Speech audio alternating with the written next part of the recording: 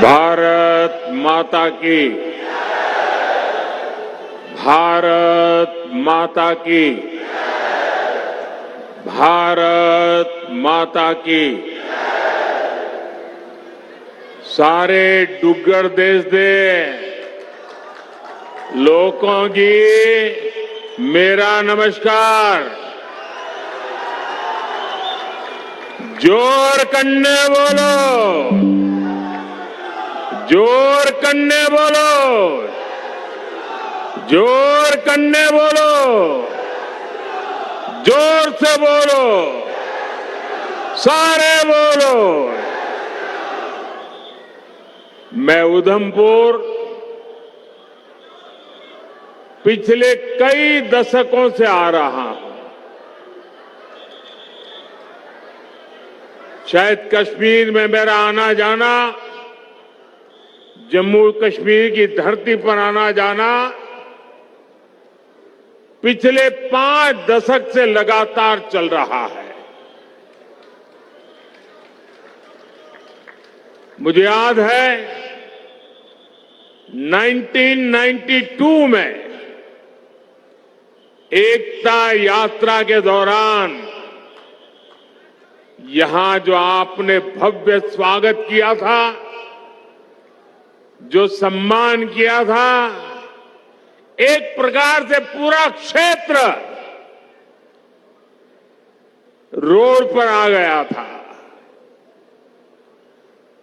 और आप भी जानते हैं, तब हमारा मिशन कश्मीर के लाल चौक पर तिरंगा फहराने का था। तब यहां माताओं बहनों ने बहुत आशीर्वाद दिया था। 2014 में माता वैष्णो देवी के दर्शन करके आया था और इसी मैदान पर मैंने आपको गारंटी दी थी कि जम्मू कश्मीर की अनेक पीढ़ियों ने जो कुछ सहा है उसे मुक्ति दिलाऊंगा।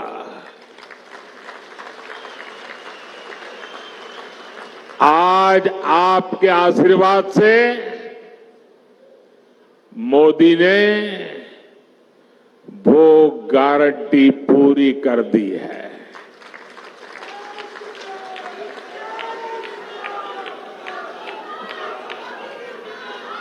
दशकों बाद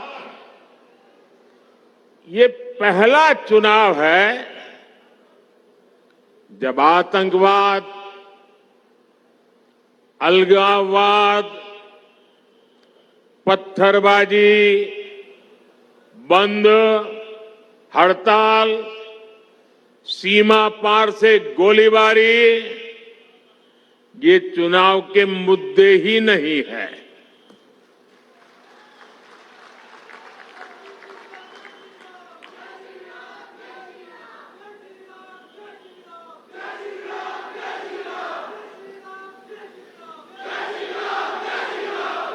तब माता वैष्णो देवी यात्रा हो या अमरनाथ यात्रा, ये सुरक्षित तरीके से कैसे हो, इसको लेकर ही चिंताएं होती थी।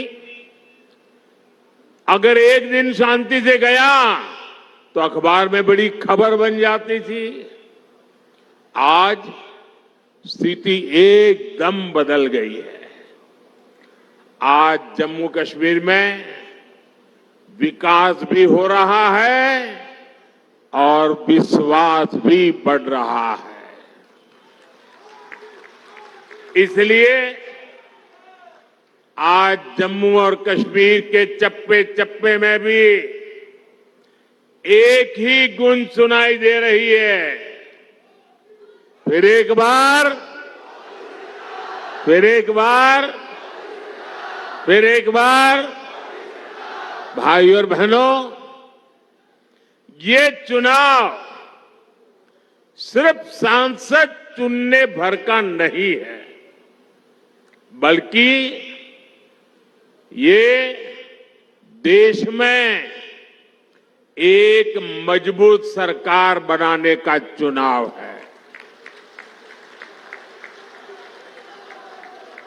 और सरकार जब मजबूत होती है तो जमीन पर चुनौतियों के बीच भी चुनौतियों को चुनौती देते हुए काम करके दिखाती है। दिखता है कि नहीं दिखता है? दिखता है कि नहीं दिखता है? यहां जो पुराने लोग हैं उनको 10 साल पहले का मेरा भाषण याद होगा। यही मैंने आपसे कहा था कि आप मुझ पे भरोसा कीजिए।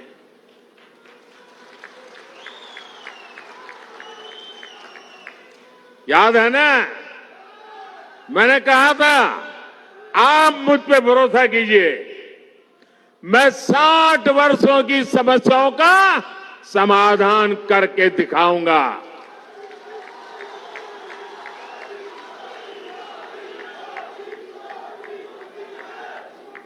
तब मैंने यहां माताओं बहनों के सम्मान की गारंटी दी थी।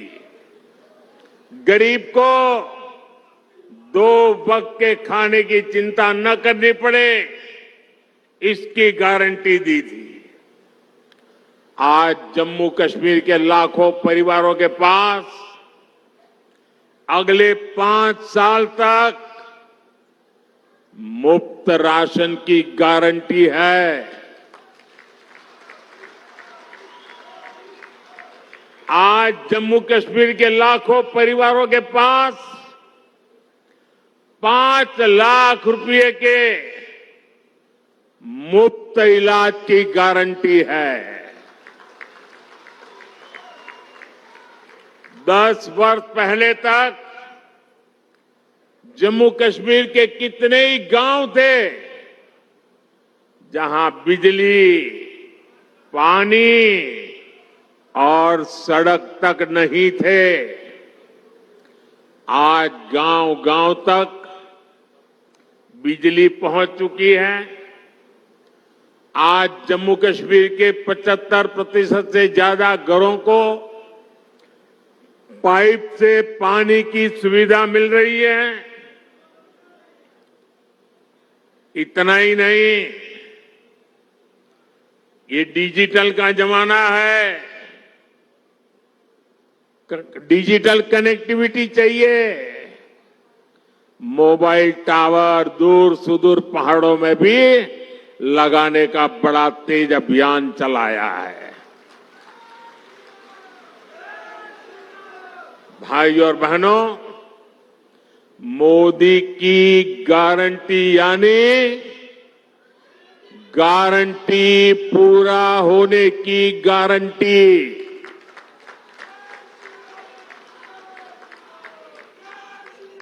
आप याद कीजिए, कांग्रेस की कमजोर सरकारों ने शाहपुर कंडी डैम को कैसे दशकों तक लटकाए रखा।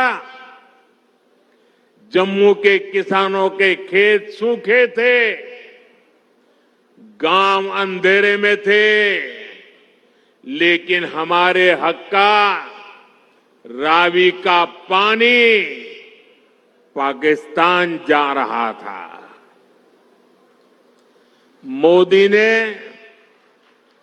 किसानों को गारंटी दी थी और इसे भी पूरा करके दिखाया है।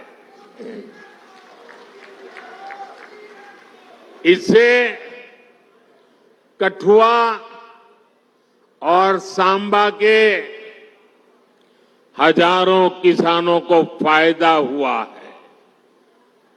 यही नहीं, इस डैम से जो बिजली पैदा होगी वो जम्मू कश्मीर के घरों को रोशन करेंगे।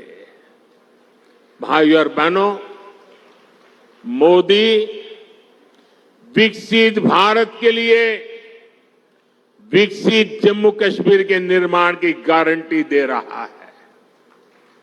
लेकिन कांग्रेस, नेशनल कॉन्फ्रेंस, पीडीपी और बाकी सारे दल जम्मू कश्मीर को फिर उन पुराने दिनों की तरफ ले जाना चाहते हैं। इन परिवार चलित पार्टियों ने परिवार के द्वारा ही चलने वाली पार्टियों ने जम्मू कश्मीर का जितना नुकसान किया, उतना नुकसान किसी ने नहीं किया है। यहां तो पॉलिटिकल पार्टियां मतलब of the family, by the family, for the family.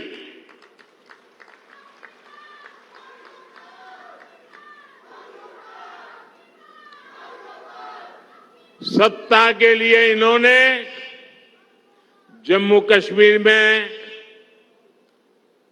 370 की ऐसी दीवार बना दी थी कि जम्मू कश्मीर के लोग बाहर नहीं झोंक सकते थे और बाहर वाला जम्मू कश्मीर की तरफ नहीं झोंक सकता था।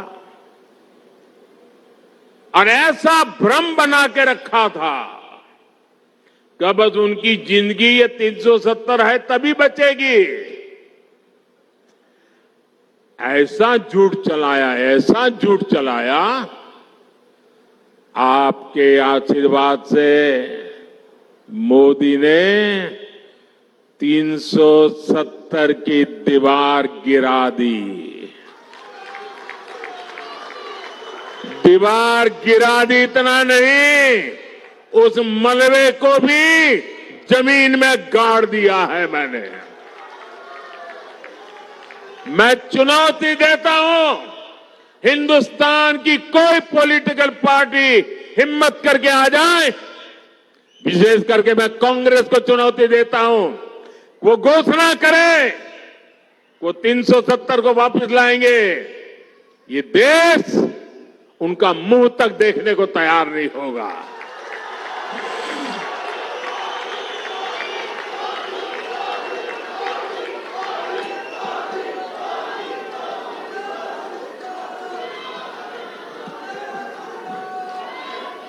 ये कैसे कैसे भ्रम फैलाते हैं, कैसे कैसे लोगों को डरा के रखते हैं।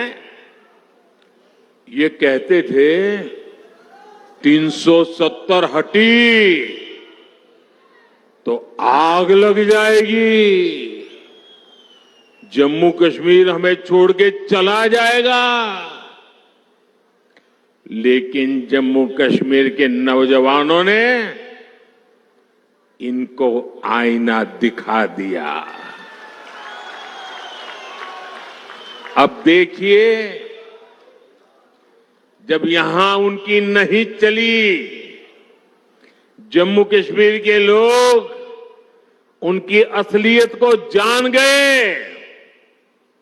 अब जम्मू कश्मीर में उनके झूठे वादे, भ्रम की मायाजाल नहीं चल पा रही है, तो ये लोग अब जम्मू कश्मीर के बाहर देश के लोगों के बीच भ्रम फैलाने का खेल खेल रहे हैं। ये कहते हैं कि 370 के हटने से देश को कोई लाभ नहीं हुआ। जिस राज्य में जाते हैं वहां भी बोलते हैं तुम्हारे राज्य को क्या लाभ हुआ, तुम्हारे राज्य को क्या लाभ हुआ।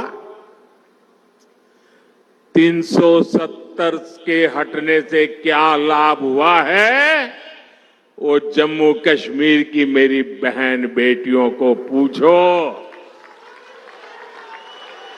जो अपने हकों के लिए तरस रही थी। ये उनका भाई, ये उनका बेटा, उन्होंने उनके हक वापस दिए हैं।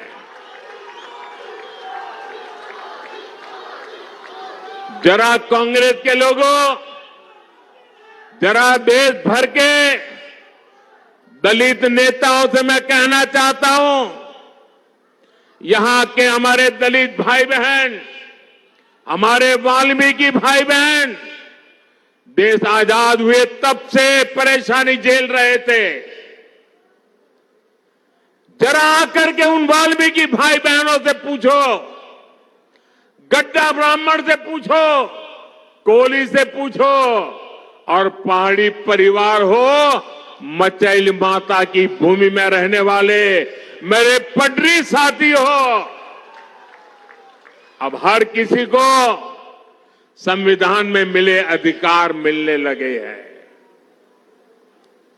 अब हमारे फौजियों की वीर माताओं को चिंता नहीं करनी पड़ती, क्योंकि पत्थरबाजी नहीं होती है। इतना ही नहीं, घाटी की वो माताएं मुझे आशीर्वाद देती हैं। उनको चिंता रहती थी कि बेटा अगर 2-4 दिन दिखाई न दे तो उनको लगता था कहीं गलत हाथों में तो नहीं फंस गया है।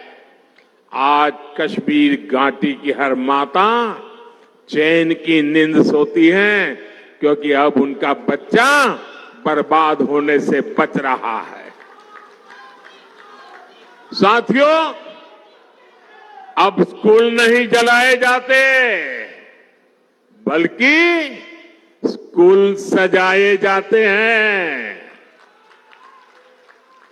अब यहां एम्स बन रहे हैं, आईआईटी बन रहे हैं, आईआईएम बन रहे हैं। अब आधुनिक टनल, आधुनिक और चौड़ी सड़कें, शानदार रेल्स का सफर जम्मू कश्मीर की तकदीर बन रही है।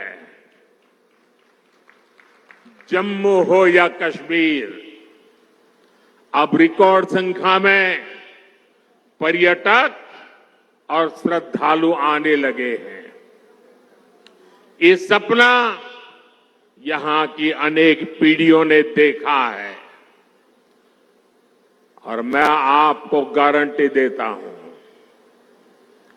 आपका सपना ये मोदी का संकल्प है।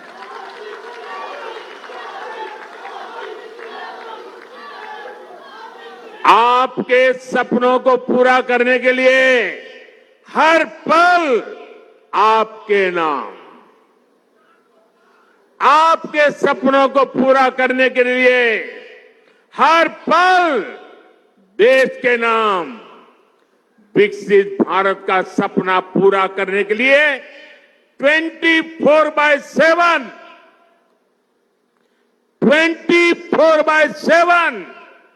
फॉर 2047 ये मोदी की गारंटी है।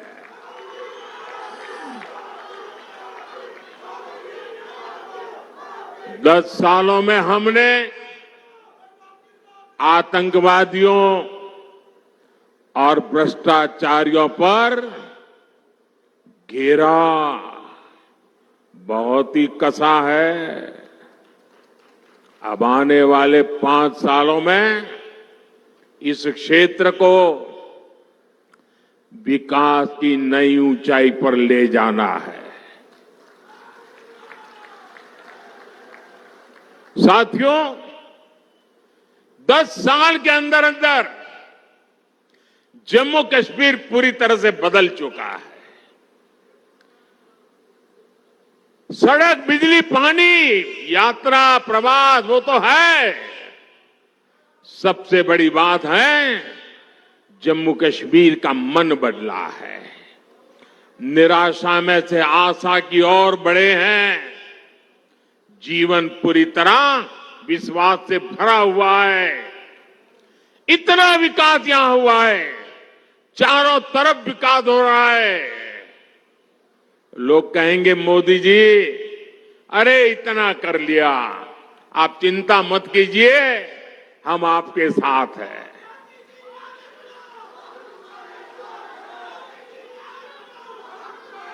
आपका साथ,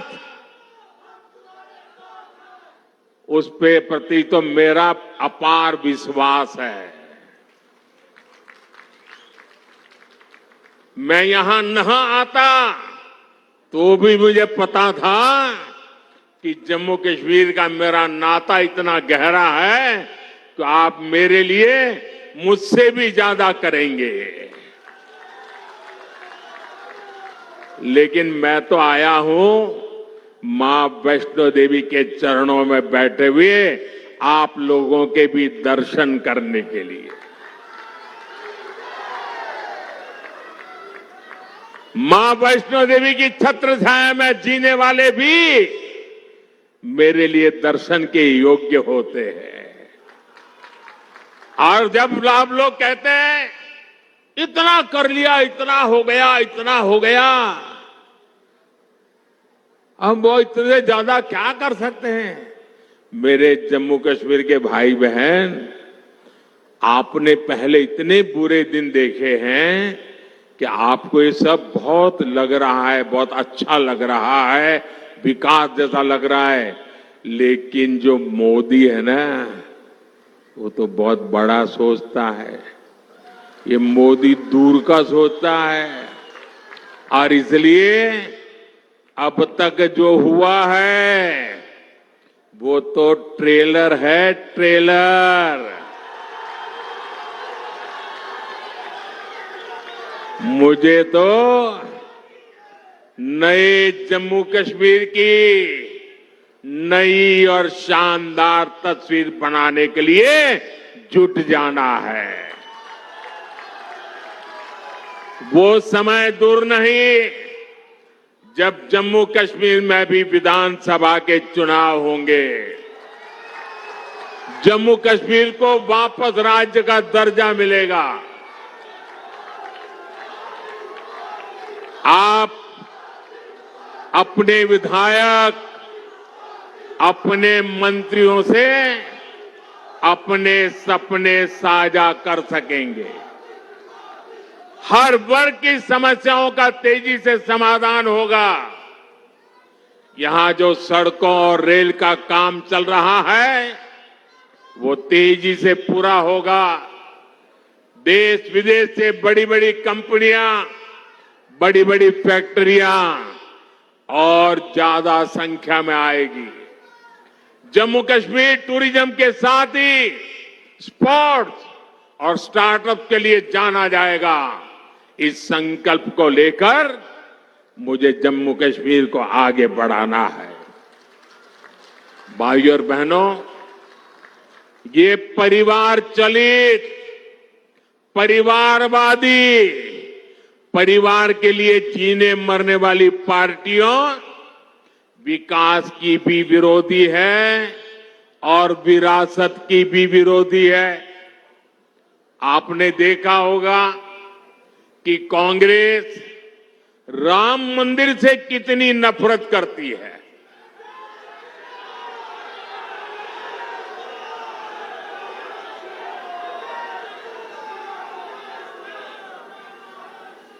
कांग्रेस और उनकी पूरी इकोसिस्टम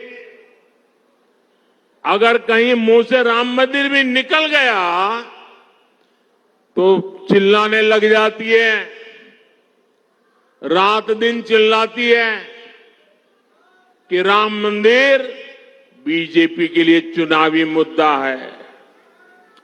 राम मंदिर न कभी चुनाव का मुद्दा था, न चुनाव का मुद्दा है और न ही कभी चुनाव का मुद्दा बनेगा।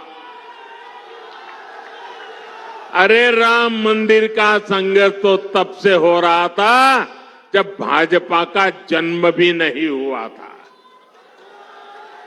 राम मंदिर का संघर्ष तो तब से हो रहा था जब यहां अंग्रेज सल्तनत भी नहीं आई थी।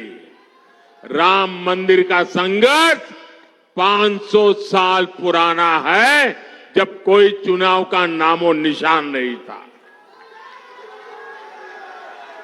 जब विदेशी आक्रांताओं ने हमारे मंदिर तोड़े, तो भारत के लोगों ने अपने धर्म स्थलों को बचाने की लड़ाई लड़ी थी। वर्षों तक लोगों ने अपनी ही आस्था के लिए क्या क्या नहीं झेला।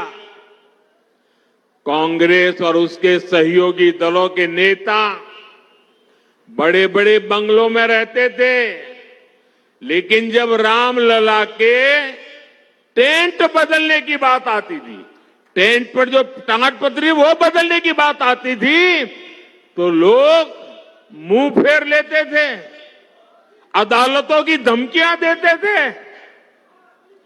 बारिश में रामलला का टेंट टपकता रहता था और रामलला के भक्त टेंट बदलवाने के लिए अदालतों के चक्कर काटते रहते थे।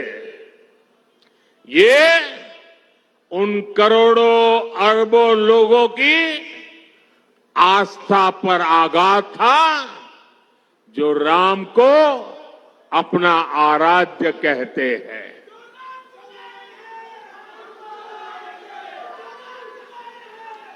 और हमने इन्हीं लोगों से कहा कि एक दिन आएगा जब रामलला भव्य मंदिर में विराजेंगे।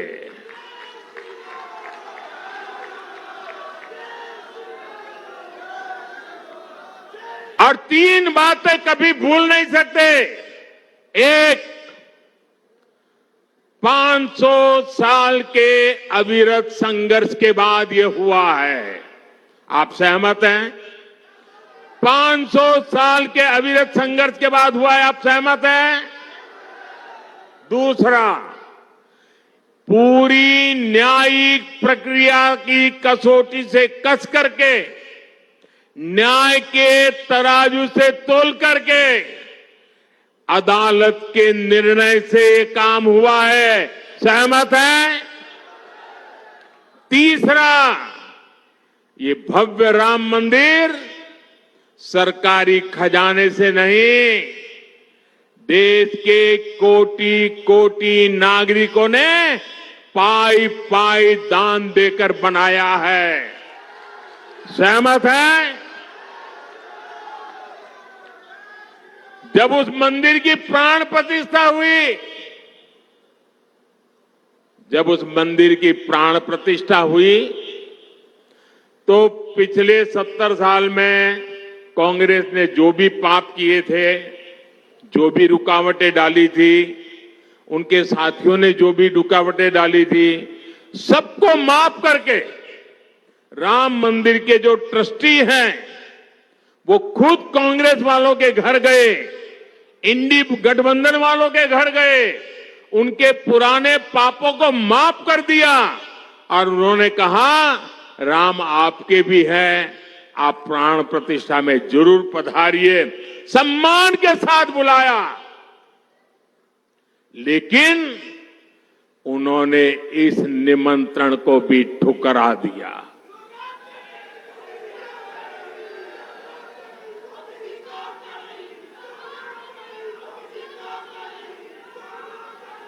कोई बताए वो कौन सा चुनावी कारनामा था जिसके दबाव में आपने राम मंदिर के प्राण प्रतिष्ठा के निमंत्रण को ठुकरा दिया? वो कौन सी चुनावी खेल था कि आपने प्राण प्रतिष्ठा के पवित्र कार्य को ठुकरा दिया? ये कांग्रेस वाले, इंडी गठबंधन वाले, जो इसे चुनाव का मुद्दा कहते हैं, उनके लिए चुनावी मुद्दा था, देश के लिए ये श्रद्धा का मुद्दा था, ये धैर्य की विजय का मुद्दा था, ये आस्था और विश्वास का मुद्दा था, ये 500 वर्ष की तपस्या का मुद्दा था। मैं कांग्रेस से पूछना चाहता हूं, आपने अपनी सरकार के समय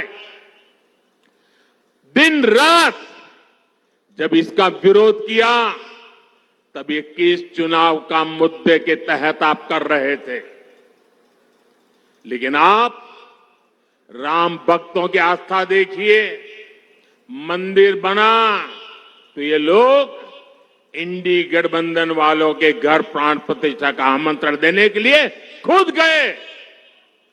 जिस क्षण के लिए करोड़ों करोड़ों देशवासी ने इंतजार कर रहे थे, आप बुलाने पर उसकी तरफ देखने नहीं गए।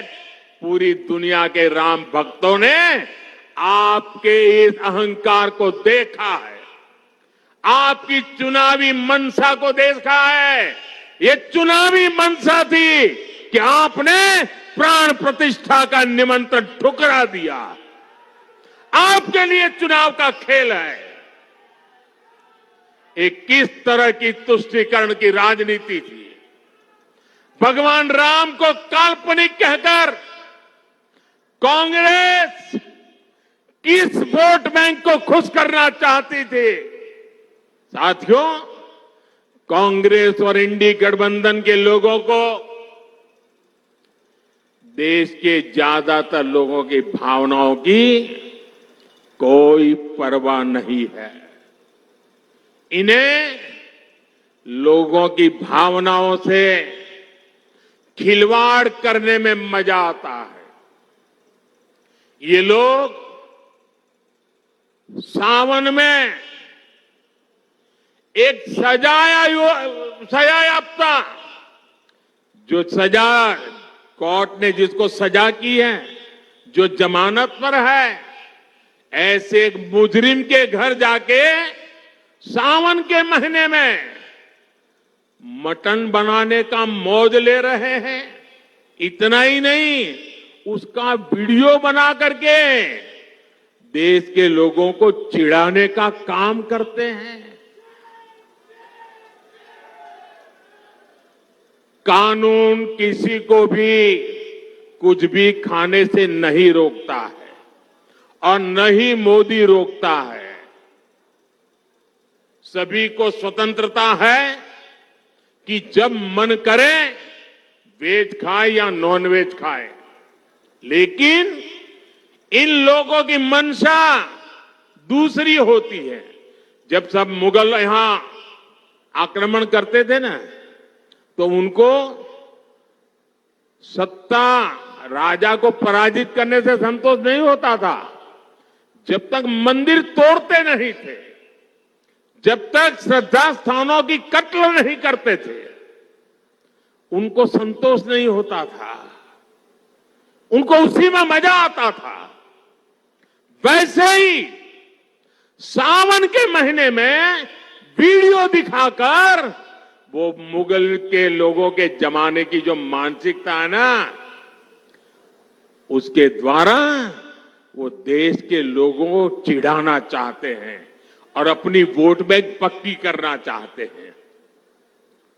ये वोट बैंक के लिए ये चिढ़ाना चाहते हैं। आप किसे चिढ़ाना चाहते हैं?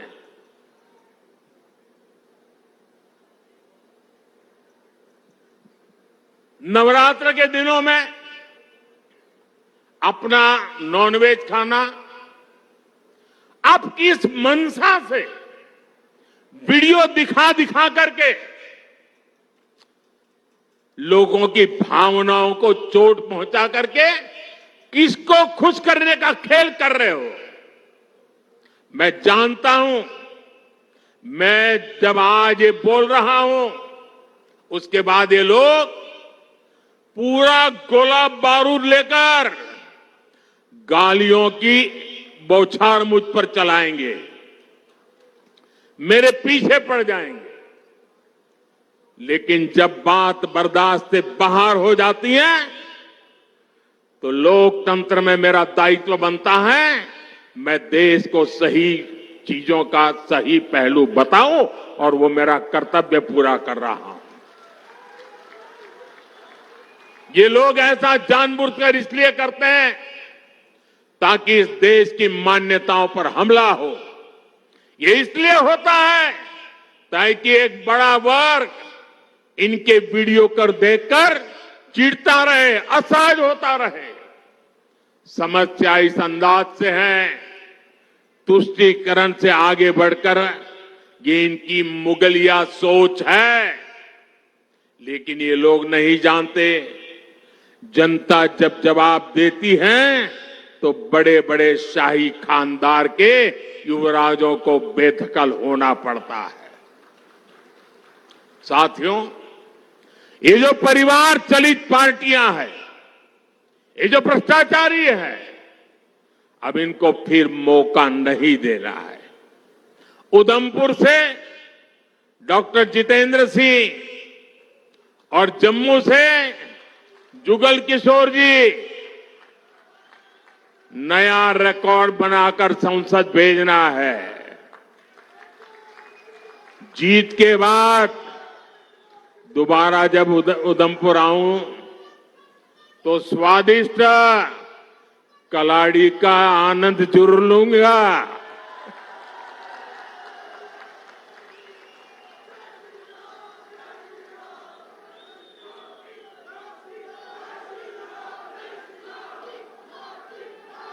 मेरा एक काम करोगे? मेरा एक काम करोगे? माता वैष्णो देवी को, वहां मैं जा नहीं पा रहा हूं, यहां इतना निकट आकर के, तो माता वैष्णो देवी की क्षमा मांगिए और मेरी तरफ से मत्था टेकिए। टेकोगे? दूसरा एक काम करोगे? एक और काम करोगे? मेरा एक काम और करोगे? जरा उधर से आवाज आए, काम करोगे? इधर से आवाज आए, करोगे? पीछे से आवाज आए, करोगे? पक्का करोगे? देखिए, आप घर घर जाना है और घर घर जाके कहना, मोदी जी उधमपुर आए थे, मोदी जी ने आपको प्रणाम कहा है, राम राम कहा है, जय माता दी कहा है। कहोगे? कहोगे? मेरे साथ बोलिए, भारत माता की, भारत माता की, भारत माता की। बहुत बहुत धन्यवाद।